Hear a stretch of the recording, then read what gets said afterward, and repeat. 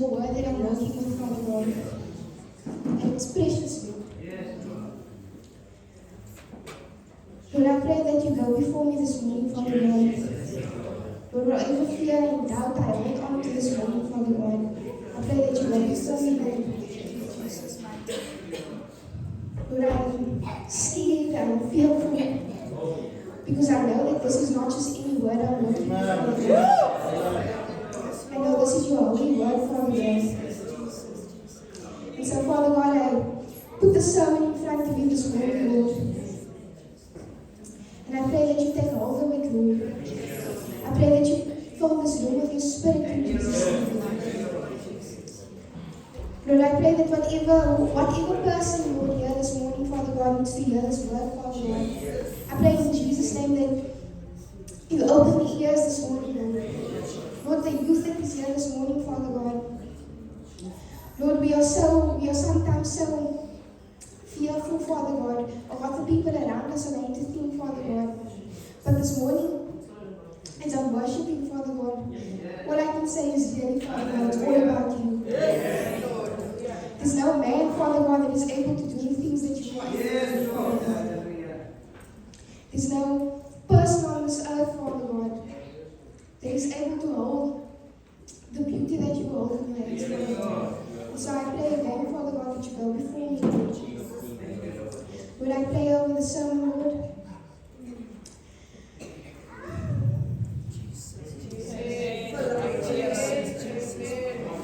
I pray that my tongue is full with your presence in Jesus. That you go before me again. I'm going to keep saying it, Father God, because I can't do it in my strength, Father God, but only through the strength that you give me in Jesus' name. Lord, I pray that the youth here this morning, Father God, they don't hear my voice, Father God, but they hear yours in Jesus' name. I pray that they hear your calling, Father God. I pray, I thank you that our age does not define our calling, Father God, but it's because you called us and that you have a purpose for our lives, that we are able to stand in this morning, Father God, and worship you and honor you, Father God. We thank you for your grace and your mercy, Father God, that's renewed every morning, Father God. And I just pray, Father God, for even the adults who needs to hear this, Father God. I pray that it lands on the hearts and the minds, Father God. I pray that it gives us transformation, Father God, and change, Lord. But I'm not preaching this out of my word, Father God, but I'm preaching it out of the mouth of you, Father God. And so I thank you for another service, Father God. I thank you for another Sunday, Father God. And I thank you that you love us another day to love you. Pray this in Jesus' name. Amen. Morning, church. Amen. Sorry, I'm just trying to open the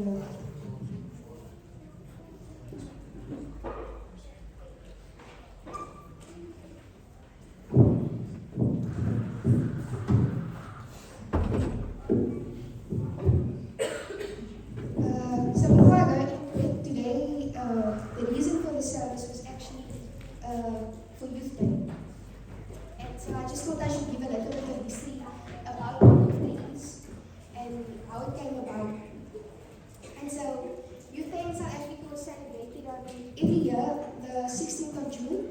And this day remembers the bravery of students who stood up against the education laws due to apartheid. The government introduced a law that forced black students to learn subjects in Afrikaans, right? And many students believed that this was unfair because Afrikaans was not their home language. It was also the language that was associated with the government that oppressed them at the time. And so it made learning difficult and also limited the opportunities. But on 16th of June 1976, the students in Soweto protested against this law. The protest was largely organized by high school students, and what happened was that the police responded violently and opened fire on the students, right? And many young people were injured, they even lost their lives. And so Youth Day reminds us that young people of 1976 were brave enough to stand up in the middle of pressure and injustices. They were not famous preachers or politicians, they were simply just students, they were teenagers. but they changed the course of our history. Right? And today, God is still calling young people to be courageous. He's still calling us to be disciplined and faithful, and to be serious about our walk with Him. The youth of 1976 were not powerless because they were young. In the same way, us as young people today were not disqualified from being used by God because of our age. So today we are not only remembering history, we also reminding the church that throughout both history and scripture, God has always used young people to do greater things. Amen. So before we even enter into the main text, we see here that there's already a connection between scripture and history, right? And so the same courage we saw in Soweto is the same kind of courage we see throughout the Bible, right? And we see that God repeatedly calls young people to stand faithfully in these difficult environments. We see that today many people underestimate us as young children simply just because they focus too much on age and not on purpose, right? And so society often treats young people as if we are spiritually immature by default, right? We're irresponsible by default, or incapable of not carrying responsibility. But throughout Scripture, God consistently breaks those assumptions. Amen. And so sometimes we think revival only comes to old people, right? People with experience and people with titles and status. But many times in history, God moved through young people who are just simply willing to obey fully. And that is why this message today is not only about remembering what happened in 1976, but it is about understanding that God still calls young people today.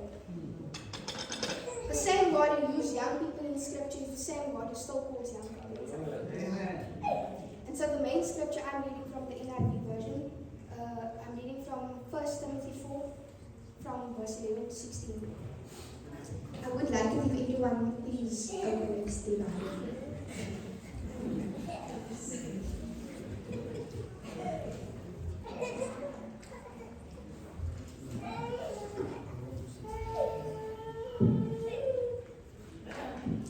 Is everyone open somewhere? It says, command and teach these things. Don't let anyone look down on you because you are young, but set an example for the believers in speech, in conduct, in love, in faith, and in purity. Until I come, devote yourself to the public reading of Scripture, to preaching and to teaching. Do not neglect your gift which was given you through prophecy when the body of elders laid their hands on you. Be diligent in these matters. Give yourself wholly to them, so that everyone may see your progress. Watch your life and doctrine closely. Persevere in them, because if you do, you will save both yourself and your ears. For anyone taking notes, the title of the sermon is called Young but Cold. And so to unpack this, Paul is speaking to Timothy, who was like a protege to him. This is someone mentored and guided by a more established spiritual leader. And in 1 Timothy 1 verse 2, Paul calls Timothy, my son in the faith. Right? So we see that this is not biblical language, but it's spiritual language. Right? Because Paul is now functioning as a spiritual father who guided and nurtured Timothy in ministry and faith. Amen. Right? So Timothy was considered young because in Greek culture, a person could be still viewed as young up to the age of 30. Right? And so, 35. And so, during this time when Paul instructed this to Timothy, he was likely in his 30s, like he's here. Likely between his early 30s, right? And so, we see that leadership was usually associated, during this time in the Greek culture, leadership was usually associated with older men who were seen and more experienced and more, obviously, more spiritually mature. And so Timothy was pastoring the church in Ephesus. Now this city was filled with false teaching, it was filled with moral corruption, spiritual compromise, and leadership pressure, right? But Paul was therefore not giving Timothy a motivational advice in this thing. Instead, he was giving pastoral instruction under apostolic authority, right? Amen. Meaning, he was giving church guidance that was backed by the authority God gave him as an apostle, right? So keep in mind that Timothy was likely in his early to mid-30s, right? And while leading people much older than him, that naturally just creates tension, it makes it more difficult for him to be preaching to them, right? And so we must understand something important here. Timothy was not leading in comfortable conditions, right? He was leading a spiritual difficult environment. There was confusion in the church, there was false teaching, deception was spreading. Some people even questioned his authority because of his age, right? And others likely compared him to older leaders. Yet despite all of this pressure, Paul tells him, just stand firm. Amen. He simply just tells him, just stand firm. Amen. And this is important for us as young believers today because many young people feel intimidated by the world around them. Right? We feel like we're too young to make a difference. We feel like we're not experienced enough or we're being ignored. And to be fair, some of us, we even feel spiritually inadequate. Like we're not worthy of God or whatever. But Timothy's story reminds us that God does not only call people once we are fully ready. If God waited for people to feel completely prepared before using them, many people in Scripture wouldn't have even stepped into it. Amen. I mean, I don't think I would have stepped into my own. I'll be honest. Amen. And so, if God waited for... Sorry guys, my English is...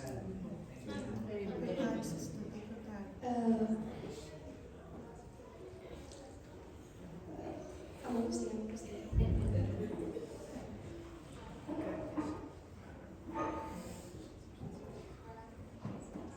Okay. But Timothy's story reminds us that God does not only call people once we are fully ready. I said that. Sorry. Anyways, okay. But we see in scriptures that Timothy was not the first young person that God used, right? Throughout scripture, we see that whenever God wanted to shake a nation or awaken a nation, or awaken his people, he did not wait for someone with grey huskies,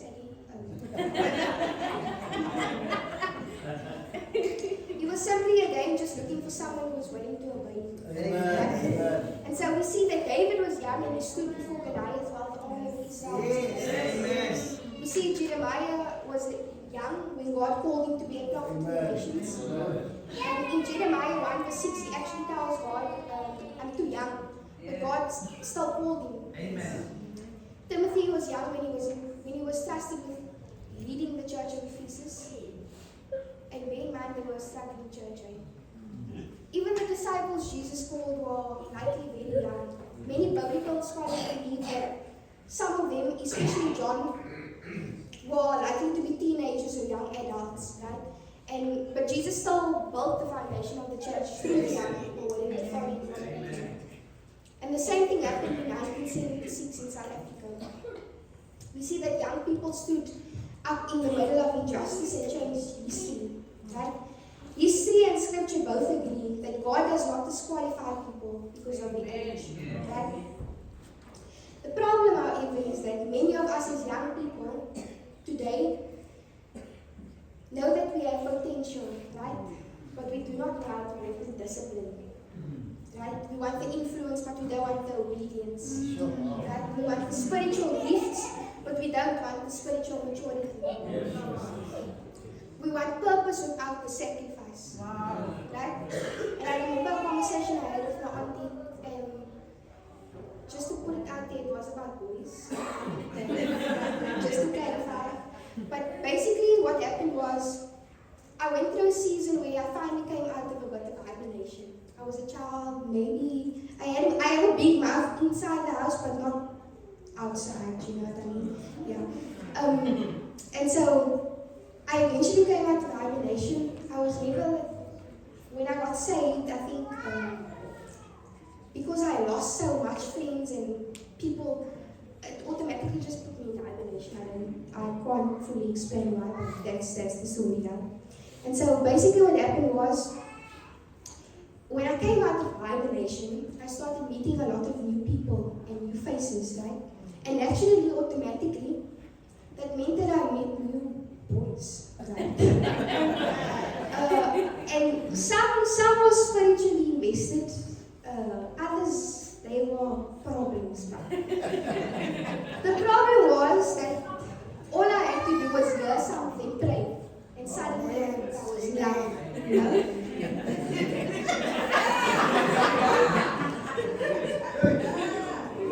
Guys, I will pray does.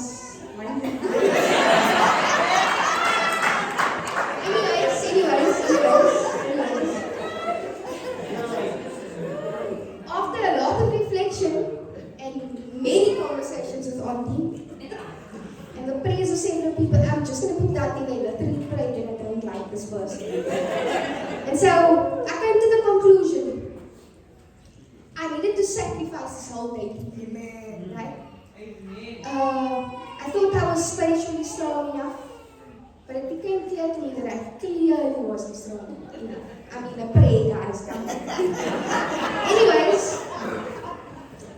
I realized that I needed to lay down dating, courtship, and the whole idea of pursuing a relationship, right? Because I knew, and I still know today, that I have not yet fulfilled my purpose in Christ. Right? So I said to Auntie, okay, Auntie, we've now noticed a pattern here. Right? I need you to promise me just something, just promise me this. Whenever I come to you and tell you, okay, I think I found this person now, Auntie, or I like this person, or this person prayed again, Auntie, or whatever the problem is.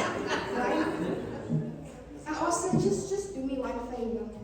Just ask me this. Have you fulfilled your purpose with Christ?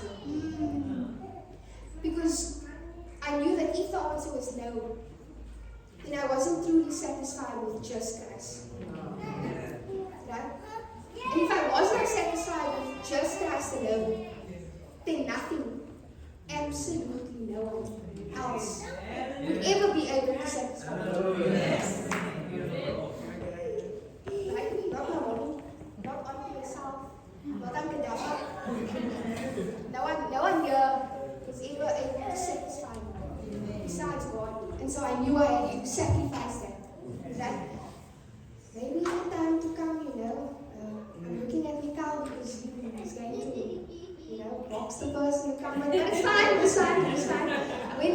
I said, if it's in God's will, we'll see. They said 30-40, so.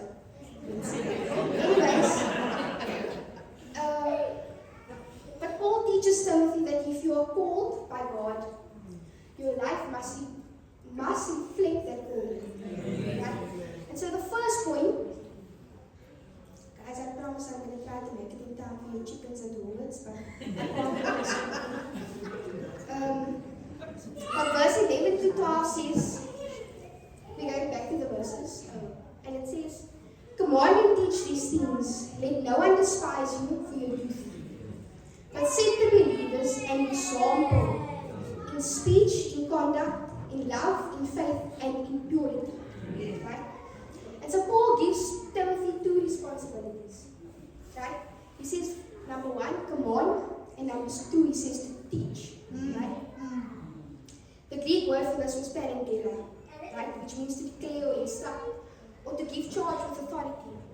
Right? And so Timothy was not meant to stay silent simply because he was young. Right? Paul then tells Timothy not to let anyone look down on you because of your age. Right? Throughout history, there's always been a tendency for older generations to look down on young people. Simply just because we lack experience. Right? And to be honest, sometimes we are really immature. Right? We are. I mean,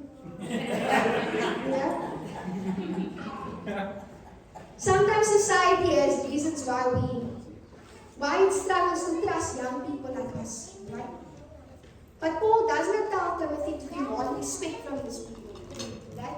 He tells him to earn credibility through his example. Amen. Right? And this is important because biblical leadership is not built mainly on charisma or popularity or confidence or status, right? It's built mainly on our character. Right? And so Paul teaches Timothy that influence doesn't come through age alone, right? It comes through our example. Timothy's life had to become evidence of the gospel he had preached, or was preaching to this church in Ephesus. Amen. The church in Ephesus was watching him closely, right? Because he was young. And in the same way, the world watches us as young Christians today. I remember one of the sermons Pastor Lee preached, he said, your life can be the only Bible someone sees or ever reads, right? And if I had to ask everyone here this morning, if someone had to spend the entire day with you, if they had to spend the entire day with you, would they be Jesus? Seriously, like, if someone had to walk with you every step of your way during your day, whether you're going to work, whether you're going to school, but if someone had to walk with you the whole day, would they be Jesus? And I thought about this to myself. I saw this in a video, this question actually. And I thought to myself, you know what, Lord, I don't think they probably see that I'm reading my Bible, or they see that I pray or whatever, but I don't think my life always reflects the person I'm following. I don't think my heart always reflects the person I'm following, right? Or my thoughts, or my example that I put out there. Because I can firmly say I'm probably a different person at home than what I am here in church on a Sunday morning. On a Friday night at youth, I'm probably a different person to what I am during the week or whatever.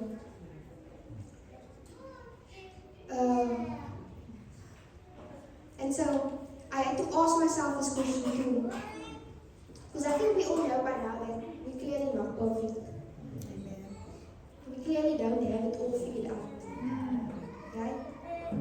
But will your life reflect Jesus enough that someone is able to fall in love with Jesus simply because of how you are as a person? Amen. Right?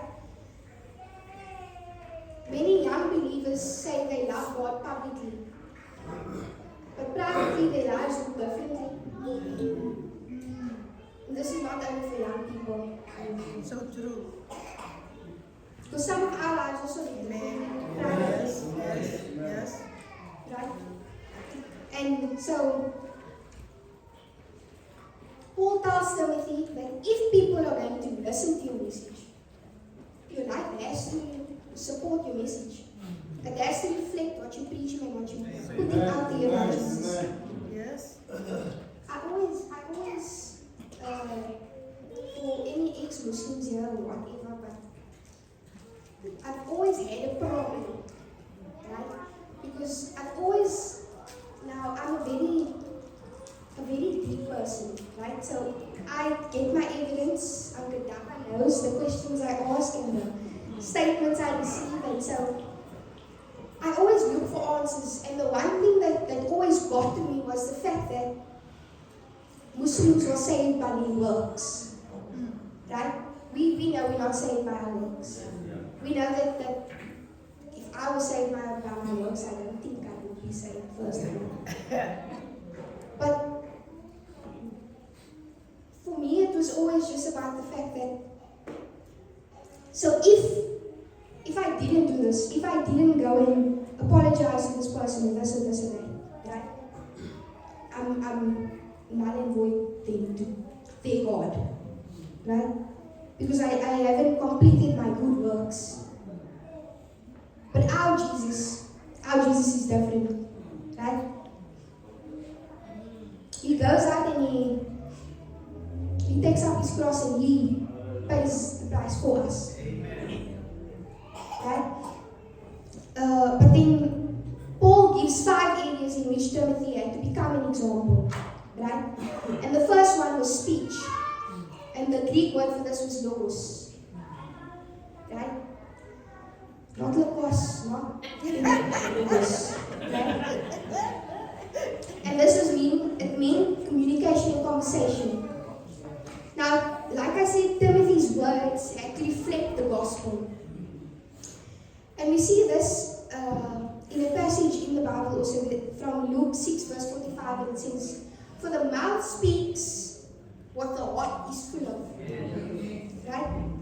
A person's words reveal the condition of their hearts. Our words reveal what's deep down in our hearts. Right?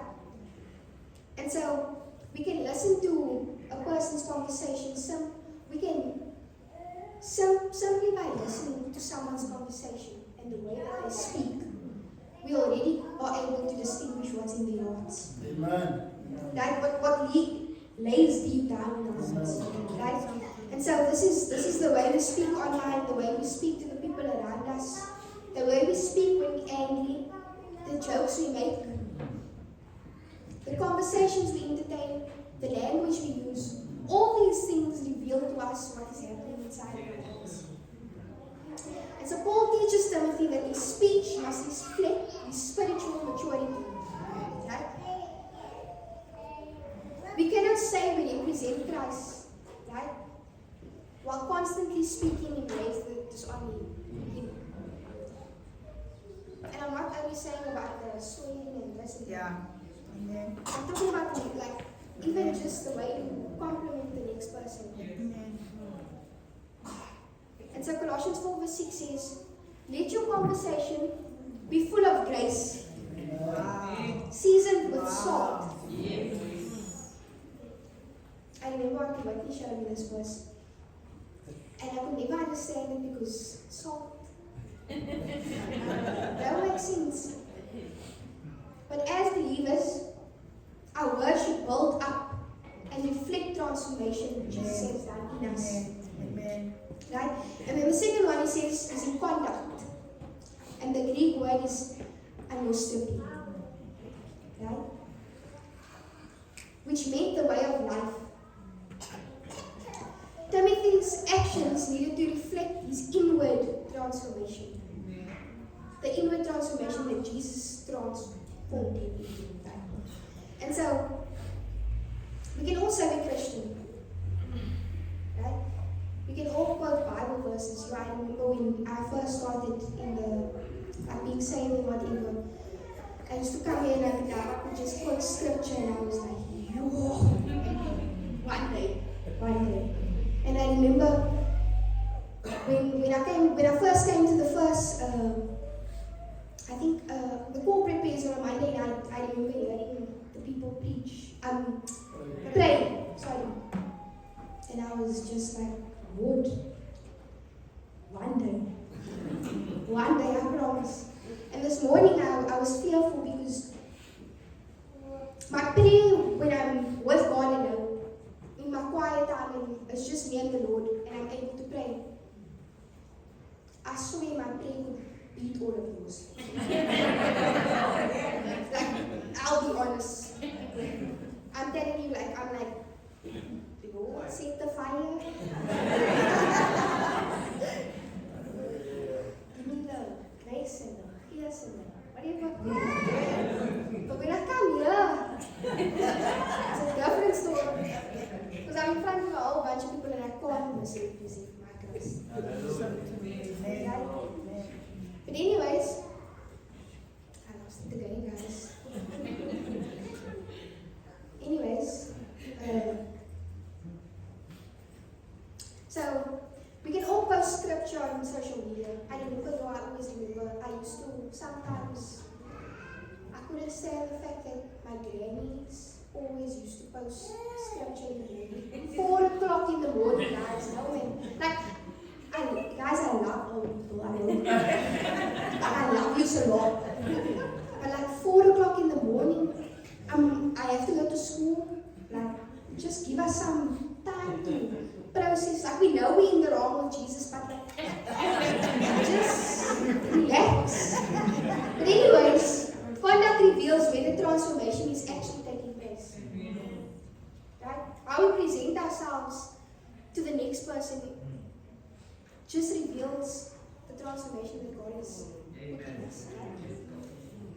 And so, Paul wanted people not only to hear Timothy preach, but they wanted to hear about Jesus. Right? But to see the transformation of Jesus, he needed to reflect this in the way he lived. Again. Now this is especially important for us as young believers. And to, again, I'm not saying this, but this is not only for young believers, right? I'm talking to like everyone. Right?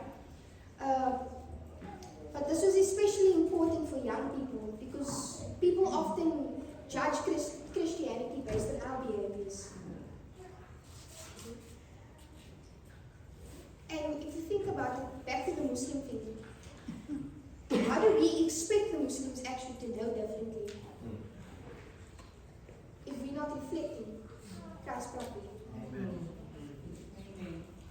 If we're not able to actually show that our Jesus does not wait on our words. Right? Because the only way we can actually teach someone different is if we are different. Amen. And so your life may become someone's first impression of Jesus, and that is why it's very important. Right? The church in Ephesus watched Timothy carefully because he was young. In the same way, people watch us as young believers today. How we treat people matters. How we carry ourselves matters. For the faces that we make for them. Right? So how we carry ourselves matters. Right? Also how we respond under pressure. Right?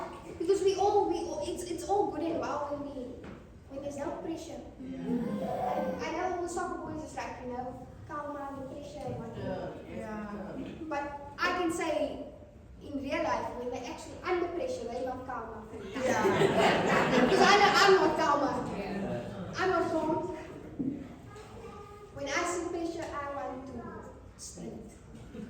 I want to run as fast as I can away. Because pressure, it brings anxiety, it brings us fear, it brings us whatever. Right?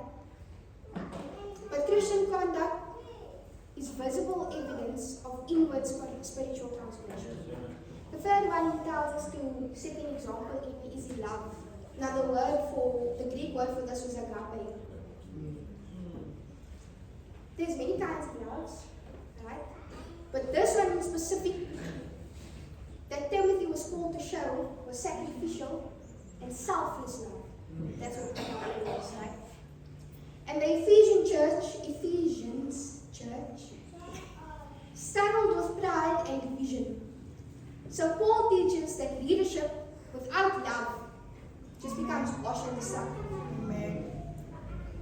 I think we always hear people say that, like parents or whatever say, I'm doing it out of love for you, right? And so we live in a generation where people are quick to cancel each other. We quickly to attack each other. Me too, guys. Me too. We quickly to jump on the wagon and beat each other up for whatever reason. We quick to tear each other down. And I think it's a colored thing, I won't even lie. But we're quick to tear each other down. Uni, kijk hoe lekker zijn tekkies. Uni was me. Like, the old people again, I love you, but like, you have problems. Like, somewhere around me, I must say. Right? So, I remember.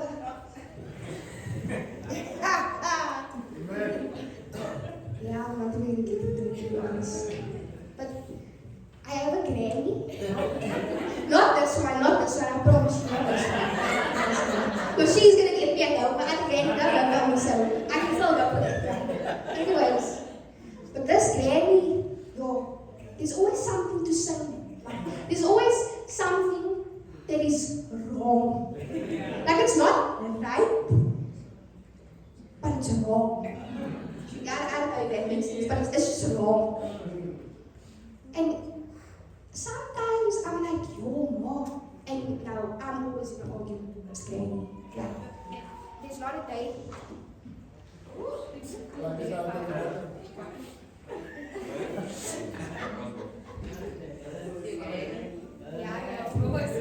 Okay, I think it's fixed. Anyways, I think that was now God getting me back for putting my granny on the place. But anyways, I have to make it a bit like joyful when we are joyful over the. Anyways, but this granny always had a problem with everything. So then there was one day we driving to KFC, like we're ready to eat and whatever, but now this poor guy, like he doesn't really have much and whatever. Basically, like I'm ready to eat KFC by the way, and she looks at me and she's like, "Yo, die man kan mos gaan werk." And I'm like, "What? Firstly, do you know this man?" She said, "No, my car mos gaan werk." I said, "Yo, dag nie so." I said, "Well, you don't even know the man. You don't even know if he's paralyzed, and that's why he's sitting there." And she's like, "Yeah, like he paralyzed." Okay. Anyways, but then we got in a bit of a tussle and whatever. I love her though.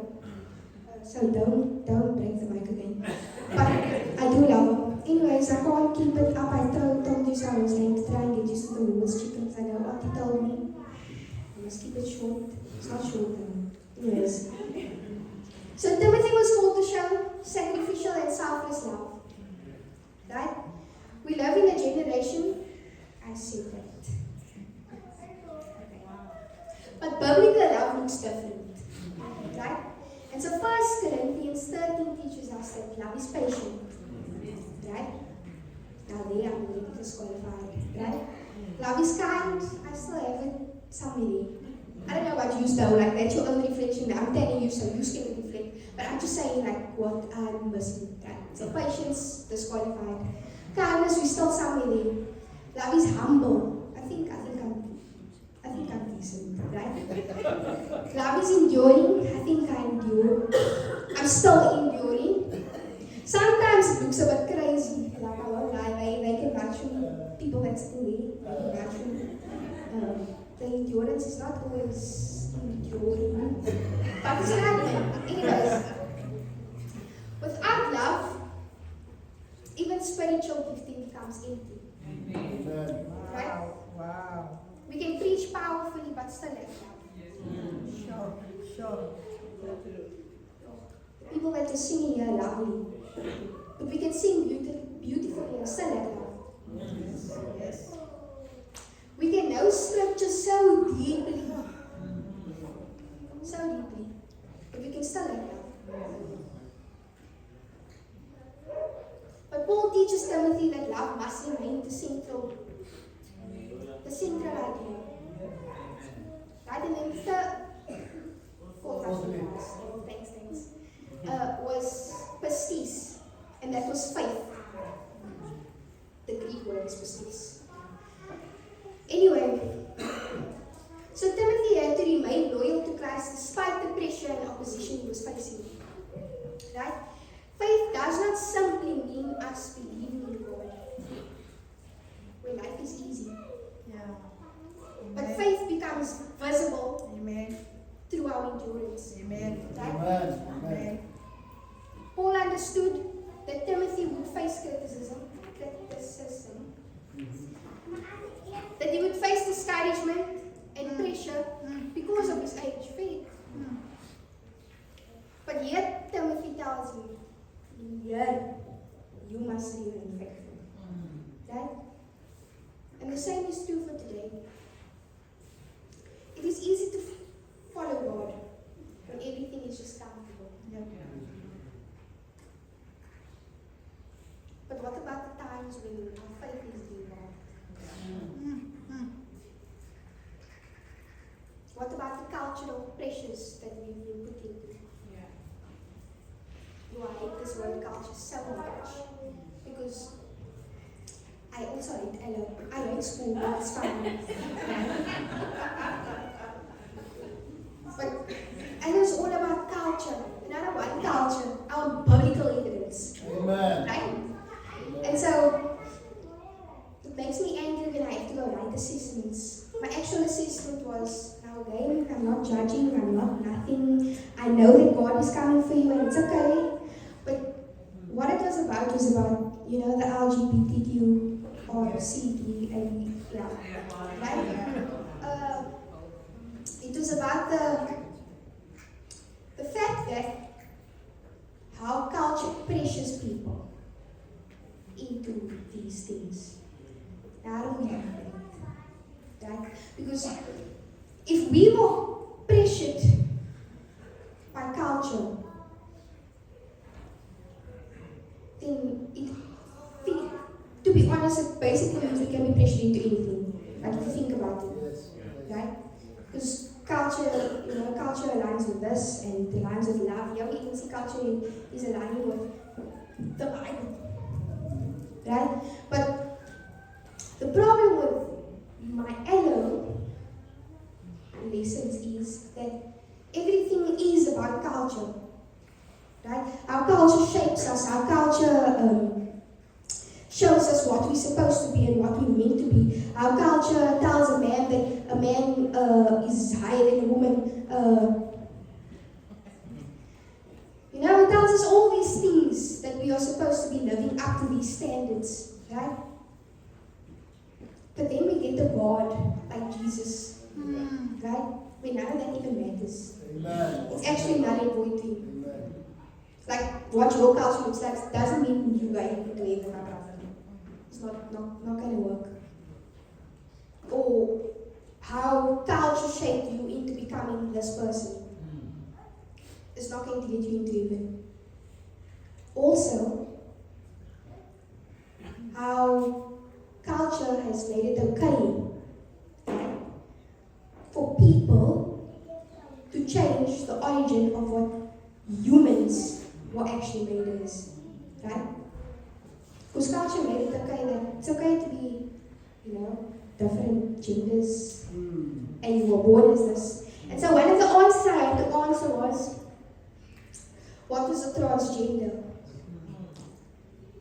And I told my mommy before I went to the life assessment, I said, Mommy, if I see this, I'm writing scripture all over that page.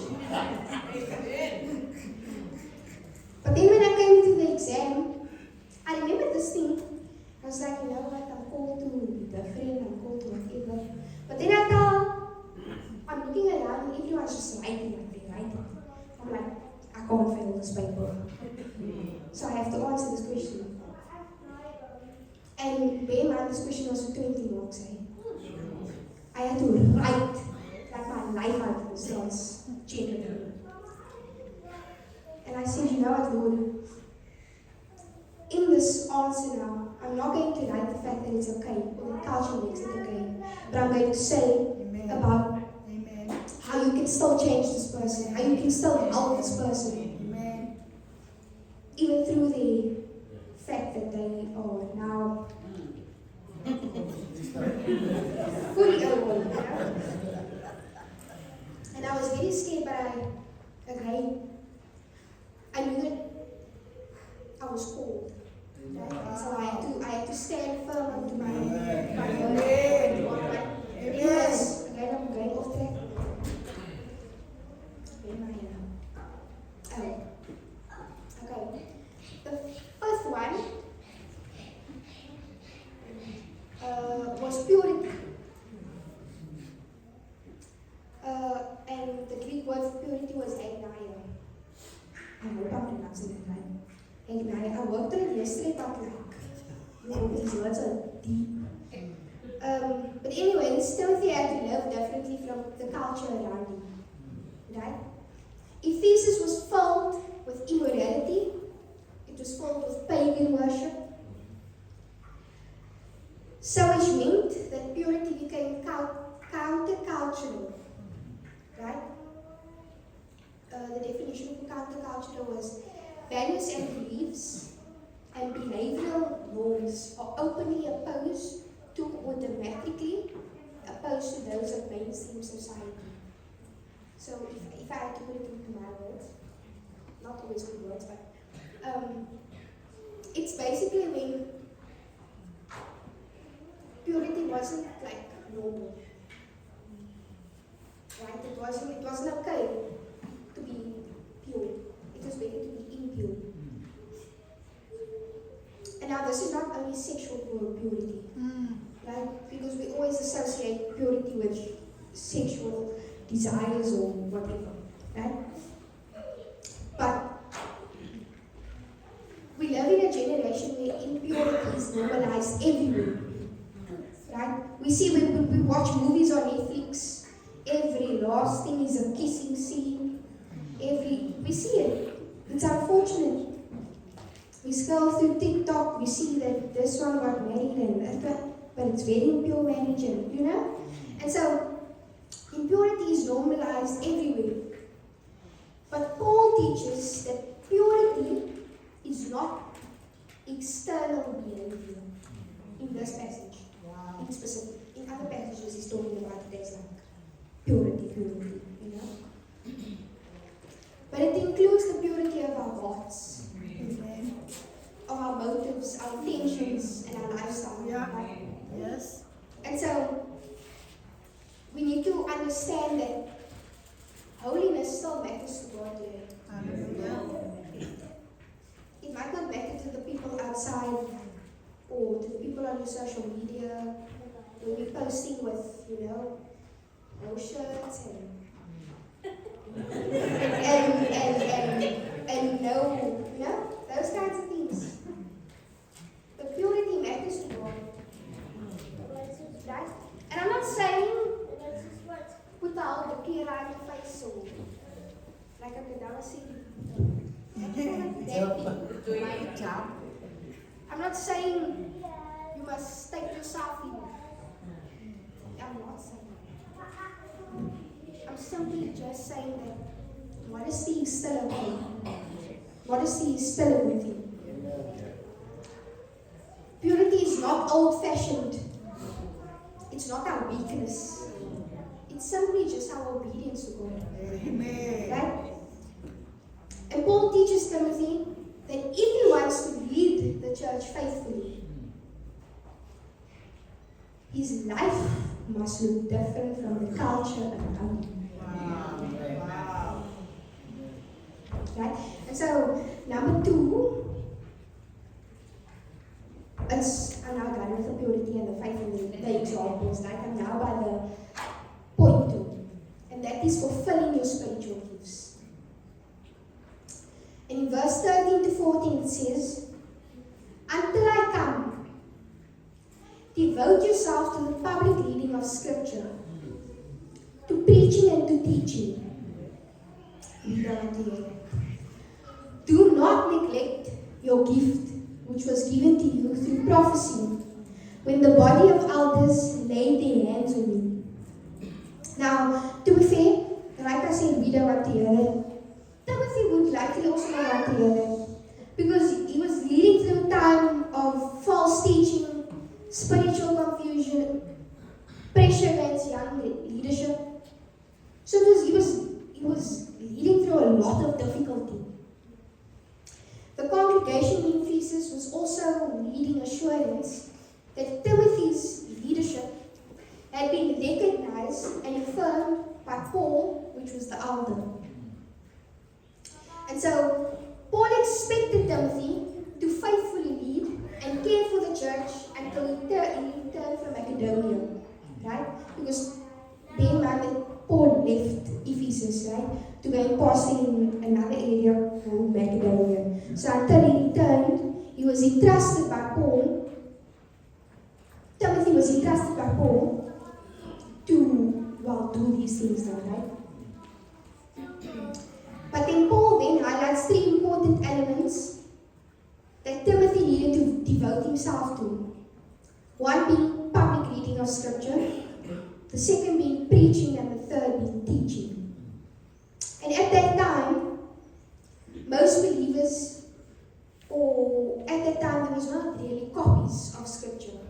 Right? So this meant that public reading was then very important because it was the only way that people was able to hear God's word. Right? And so this reminds us how central scripture should remain in the life of the church. Right? I think we all, like I'm also the problem here, right? But I see that we often sitting with a phone in front of us. Now nothing wrong with the phone, I mean, it's you guy. Like I told my mommy also, if the conviction eats you up, then, give in, but don't. Anyways, but sometimes that book itself holds more power, like way more power. I remember I told Akida there was a day where I was sitting in my room, and I think during that time I was, how teenagers, we just go through stuff. We don't talk to you, don't talk to me, don't look at me, just don't. For the woman, that menstrual cycle come on. But so, I just felt like, I need to read, like I need to open my actual Bible, like the actual physical Bible. Amen. And I remember sitting in the room, and the curtain was slightly open, the sun was shining, it was a really good day. And as I'm praying, I'm like, Lord, I'm lost. Like I just need guidance. Give me wisdom from your word. Give me understanding and whatever. And Lord, you know what? Fill this room with your presence. And I remember to you, whoever is standing here that maybe has not felt Christ yet. That to you this might sound silly. But I got a whiff of wind onto my face. Like a very, very fine wind. Like, but it was so soft. This wind was so soft. Like, and I just said it before, and remember I just said, Lord, just fill this room with your presence. And the curtain closes the window. So it's very hard for you to actually receive the wind. But I don't know how when this wind touched my face. I was like, I have to tell you about this now. I just felt this. I felt it. And I told him, I think I felt Jesus. And he was like, is it Lincoln? But yes, so I felt Jesus. And it was a very nice feeling, I must say. It was very soft, very pure, and very real.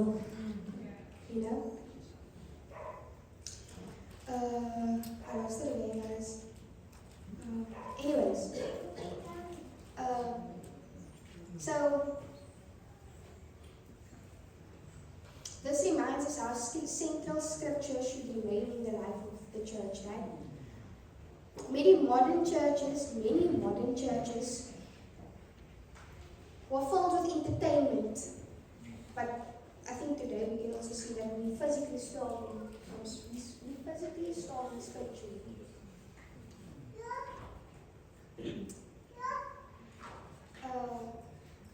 We know trends, right? We know celebrities and social media. I mean, Drake released a new album now. We know Drake, Yeah. But we don't know scripture deeply enough. Like that Olaga was she said, we know all that words. Right? But we don't know for God so loved the world that he gave his one and only begotten Son. We don't know that, right? But we will be able to memorize verse for verse. And I'm looking at Ibrahim now because he knows verse for verse Drake's music. Verse for verse. But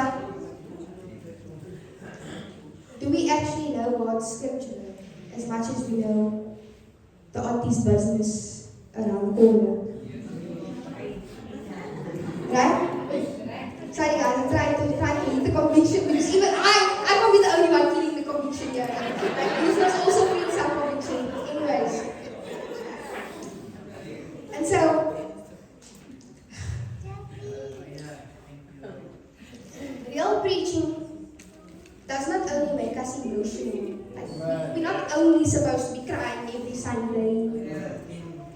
Jesus, help for me. You know, we're not only supposed to be crying every Sunday. But preaching is supposed to point us back to the truth. And we know that in the Word it is the truth, right? It says, the truth is Christ Jesus, right? Jesus says, for I am the way, the truth, and the life. No one. Not one, but not even one. Right? And so, Paul then speaks about teaching.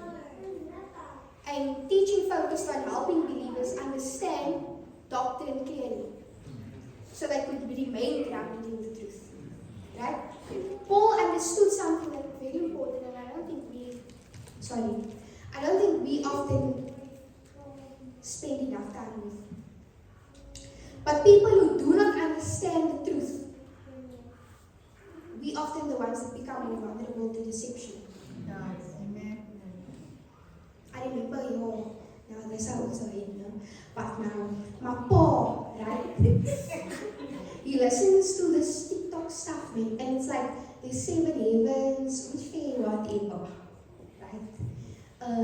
If you do this, God's gonna give you this, and I know God's not gonna. I had to go through the trenches to feel God. Like I had to, you know, it was a struggle. I think it's still a struggle. But either way. And I feel like sometimes my Paul became so gullible to this TikToks, to this fake perception of Jesus. Because Jesus is he's not a lady, right? I want this, you give me that. I want no. You must struggle, brother. Amen. You must go through the ghetto. Amen. We must be held like gun. It's going to be difficult. I hate it at funerals. When the auntie comes and she say, "Wie's niks sick." Alles sal reg wees. I don't want to hear alles sal reg wees. In fact, don't even call to me Jeremiah 29:11. Because at the moment it doesn't look like God has any plan for me. But if we go back actually in the reason for Jeremiah, that verse, if I'm correct, I think it was Israel going through a time of exile. They were going through the difficulty. So don't think your pockets is going to be filled with money. No, guy. Poverty is a real thing. I mean, Yeah. it's a struggle. I'm not the one paying the bills and I can see guys.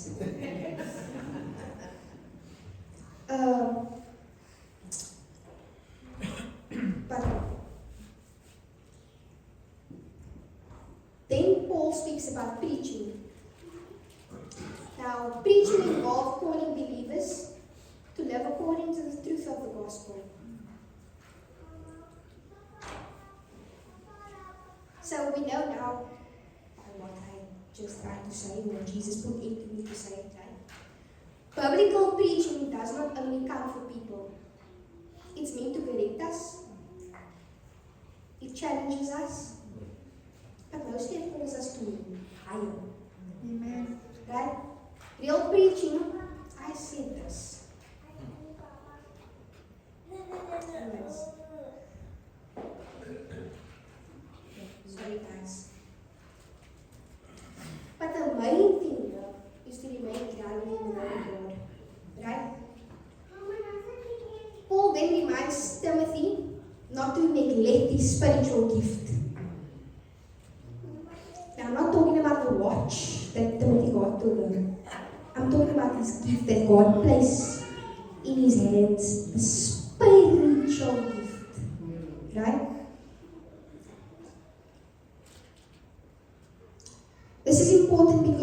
many people receive gifts from God but never develop it. Where's Auntie Whitney? Oh, anyways. I remember Auntie Whitney was telling us a story about how Zoe went to a church. And this church that she was going there with a friend or something. And in this church, the pastors is basically speaking in tongues. Now we must know the normal line, Bashara baby, shibi, whatever, right?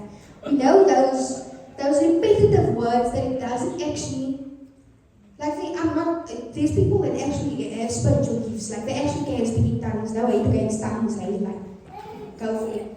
But this guy was basically forcing Zoe. Zoe, you better speak in tongues now.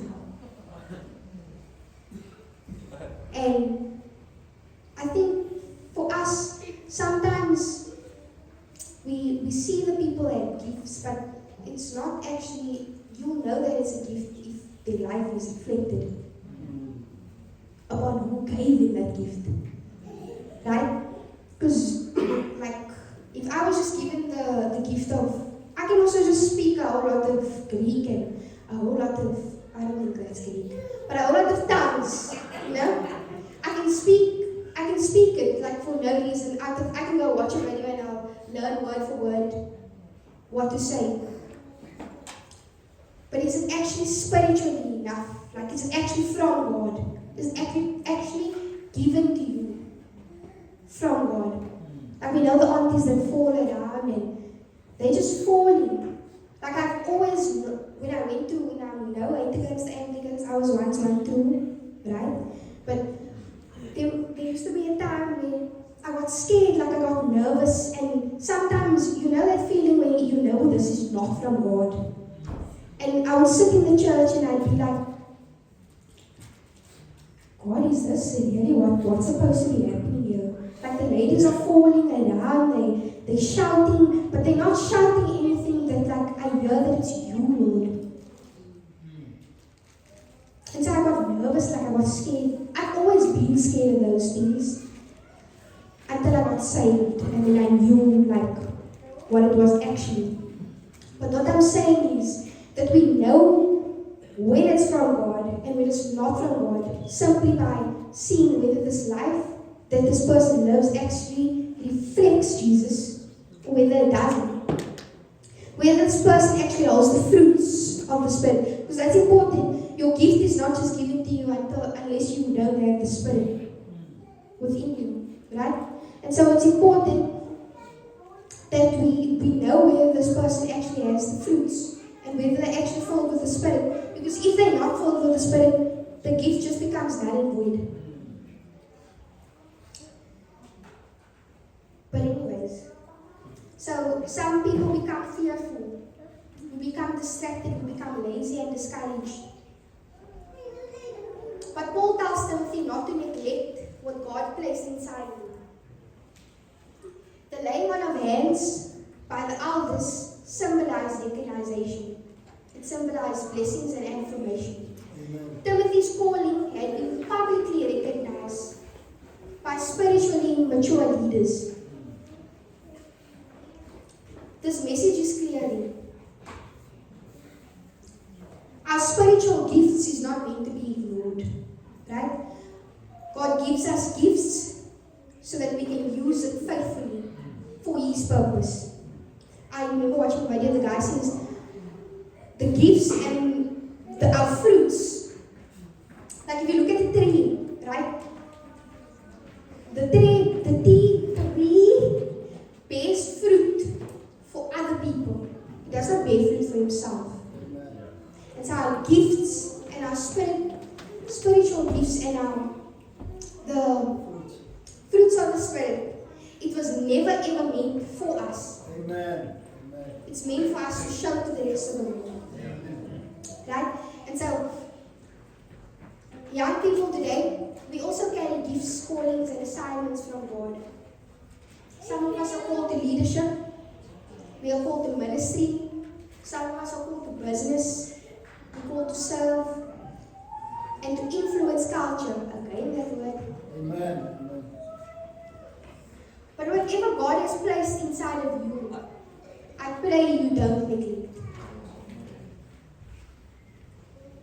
Instead, develop it. You should be protecting it and using it faithfully. Right? And the third point was, for again, whoever's taking notes, was watch your life in doctrine. This is the last one. Amen. Whew. I wanted it to end before the service, but now I don't want to end. I could speak all time. But anyways. Verse 15 to 16 says, be diligent in these matters. Give yourself wholly to them, so that everyone may see your progress. Watch your life and doctrine closely. Persevere in them. Because if you do, you will save both yourself and your hearers. Paul now shifts Timothy's focus from gifting to his responsibility.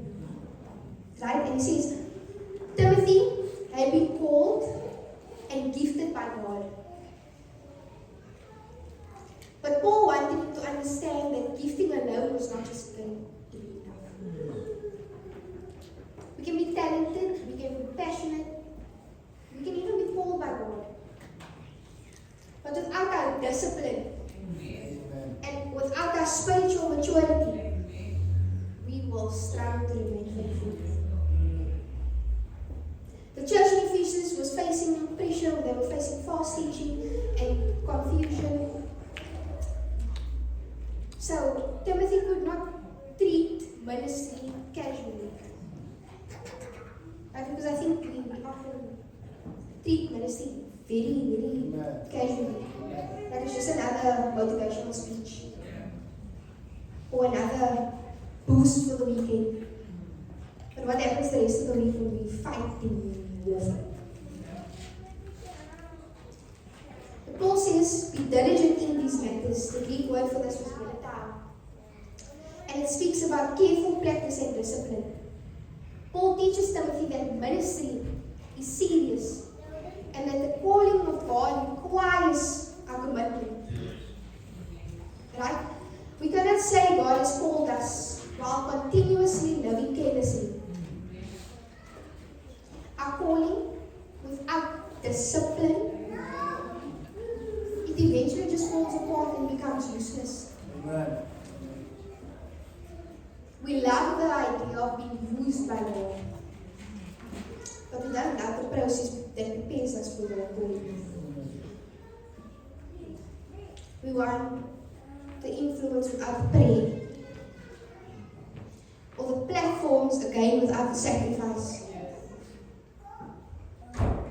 We want public ministry, but we don't have the private obedience.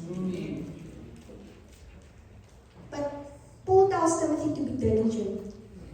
He says that discipline matters, our consistency matters, our faithfulness matters.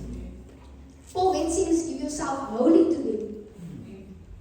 Timothy was not supposed to do it half-heartedly. He was called to fully devote himself, again, fully devote himself to the responsibility God had placed in his life. This is important because half-hearted Christianity produces weak faith. It produces weak spiritual lives. In actual fact, in Revelation, God speaks to lukewarm Christians. And in it, Jesus warns the church of Laodicea against spiritual complacency. I remember studying this, and it said, he was saying that half-hearted Christians, or people with inactive faith, was sickening to him, Jesus says, right? And that he will spit or vomit them out of his mouth. Now that is deep, guys. I don't want to be spit out. Or vomited out. But then God did not call Timothy to occasionally commit. He called him to full devotion.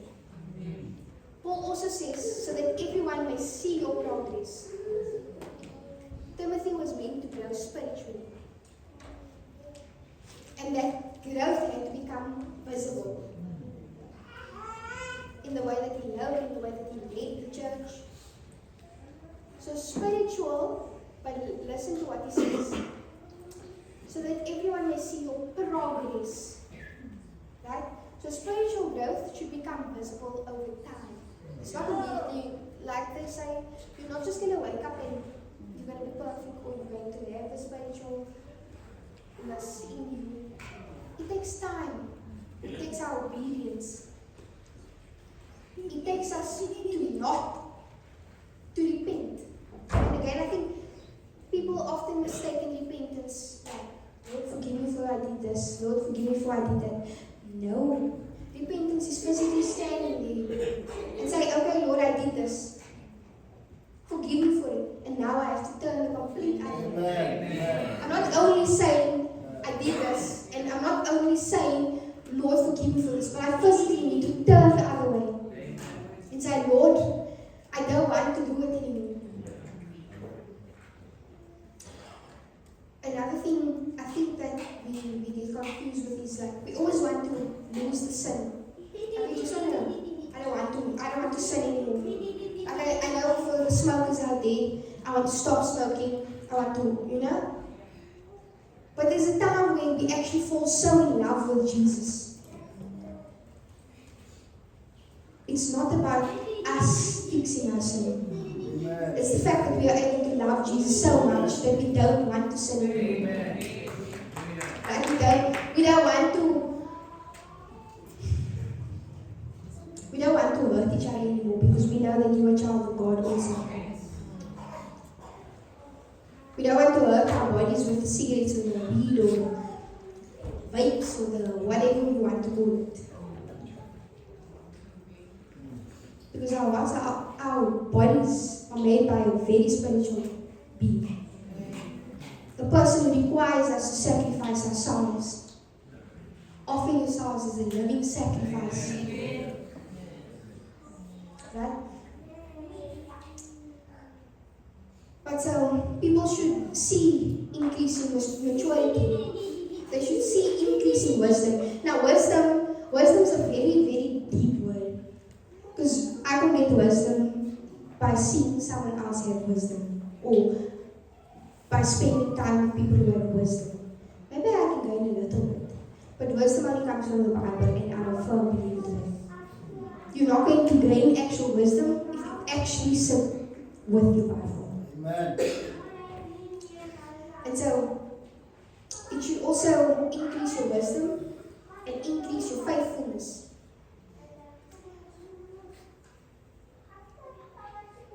Like I said, we want influence but not the growth. We want the platform, but we don't want the discipline that comes before it. Right? And so,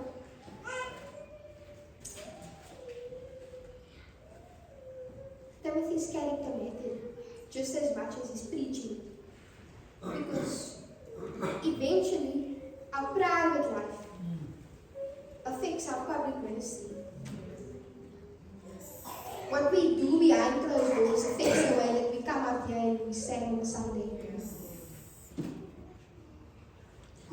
What Pastor Malcolm and Uncle Doug, not Pastor Doug, and Pastor Lee does in their private life, how they treat their wives, how they treat their children, how they sit with their word. It reflects their ministry when they come and stand there. Yeah. I don't know if anyone has ever seen Akadaba when he preached. Sorry, Akadaba, but he starts to cry. And do you know why he cries? Because it leads to conviction.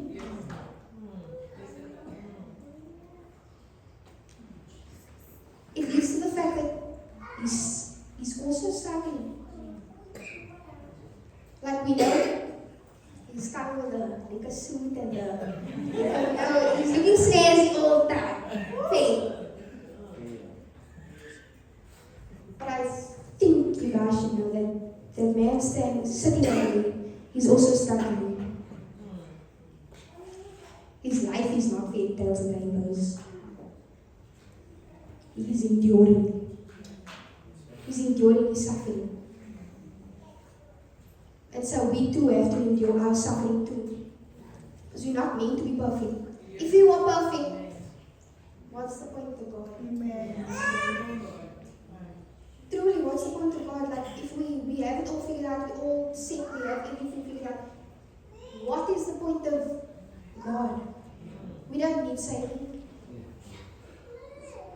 We don't need sacrifice to be perfect. What is there meant to be sacrificed? We don't need healing, we don't need reconciliation, we don't need restoration, we don't need it. But because we are imperfect human beings, because we are imperfect, we lack. We know that we can't do it. We need our Savior, right? Amen. I remember saying it to my aunt Elsa, sometimes we just need to become that lamb. Because lambs, they run like village chickens, they need a shepherd to guide them. Amen. Sometimes we just need to become the lamb also. Like it's fine, we can be stupid, we can be dumb, we can lose our thoughts, we can feel all these things. But if we have the shepherd, it just takes one guidance for us to walk. One calling for us to turn. One plea for us to come to. And it's not a thing of you have to pray lengthy prayers or you have to be like the spiritual people who fall around. No, it's simply by just saying, Jesus, I need your help. Like I'm desperate for it. That's all. We know we're imperfect. I'm almost done, guys, I promise. I promise I'm almost done.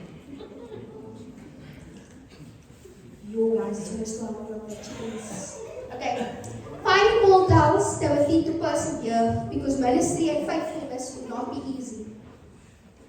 There would be pressure, there would be discouragement, there would be opposition, and there would be there will be fatigue. Guys, I'm standing here and I'm tired. Like I feel like I wake up and I'm tired. I sleep and I'm still tired. Like tiredness is a real thing. Like it's a real thing and it's okay. We humans, we only have like a certain capacity of energy we can use. It's okay to be tired. You're not going crazy. I promise you I'm also tired. But Timothy still had to remain faithful. When Paul says you will save both yourself and your ears, he is not teaching salvation through works. Again, I said it. We are not saved by our works. We are saved because he paid the price. Amen. The balance, insufficient funds for us. Only God is the only one that paid it. And so, he is teaching, rather, that faithful living, faithful teaching, and perseverance protects both the leader and the people being led. Amen. By spiritual deception and destruction. Guys, it says conclusion. But when we read this passage, we see that Paul is not simply just encouraging Timothy because he was young. Paul was preparing him to stand faithful in a difficult generation. Because let's not forget that Ephesus was filled with pressure. Amen. It was filled with corruption, false teachings, spiritual compromise. But yet, God called Timothy to lead. He tells him to remain faithful, stand firm. The same was true for the youth in 1976 in South Africa. I mean, they were young, but they stood up in the middle of pressure and injustices. They changed the direction of our history. That is why history is important, guys. It's important. That is why Youth Day is not only about remembering the past. It is also a reminder that God has always used young people throughout both history and scripture. The message of the sermon is not that young people have potential. The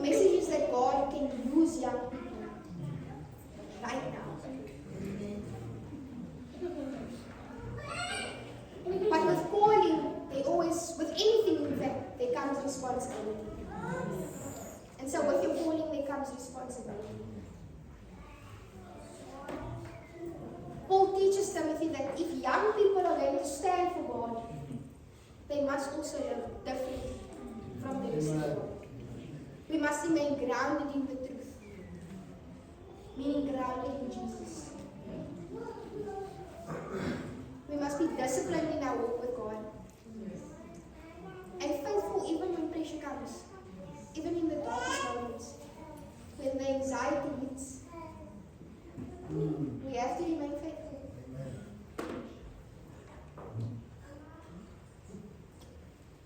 We're living in a generation that's filled with confusion. We see by the fact that we're writing exams on transgender, on LGBTQ. We see that our generation is filled with confusion. They're filled with compromise, distraction, and false ideas.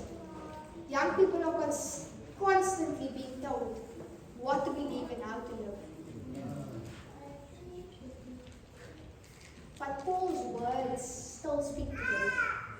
Let no one despise you for you, but set the believers an example. Young people are not the only future of the church. Adults are also. Adults that has not yet stepped in it. You know, the best thing I heard about the past schools was the fact that Pastor Malcolm felt like he didn't have that again. Like he didn't have that, but he stepped into it and he said, I can do this. He thought he's just a taxi driver. We all just think we just human, or we just like the human verse actually, I think, is the reason for all the problems. Because we think we're just human. But us as believers, we're not just human. Amen. Amen. Amen. We're not just human at all. Amen. We serve a very high God. And so it can't be our reasoning to fail or do. Yes, we're going to fail, we're not perfect, but it can't be the reason. We have direction. And our direction, again, if you open your Bible, you'll be directed, I promise you. So today, we remember the courage of 1976, but also, I want us to ask ourselves, what is God truly calling us to? What is God calling this generation to? Amen. To do now. Not later, not tomorrow, to do now. When you walk out of that door, what am I meant to do later? To show the next person who Jesus truly is. Because you may be young, but you are still called. Anyways, that's my sermon, guys.